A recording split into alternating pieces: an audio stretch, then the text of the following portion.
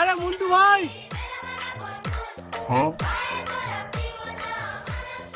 High birthday ভাই। তাহলে কত বছর হলো? এই তো 20 পেরিয়ে 21 বছরে পড়লাম। কি 20 বছর? আবে দাড়ি কই?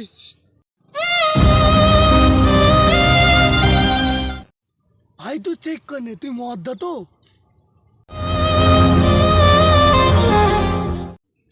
ছেলেদের তো 16-17 বছরে দাড়ি চলে আসে। তুই কি বিটিএস আর্মি জয়েন করলি নাকি? তুই তো দাড়ি আসেনি।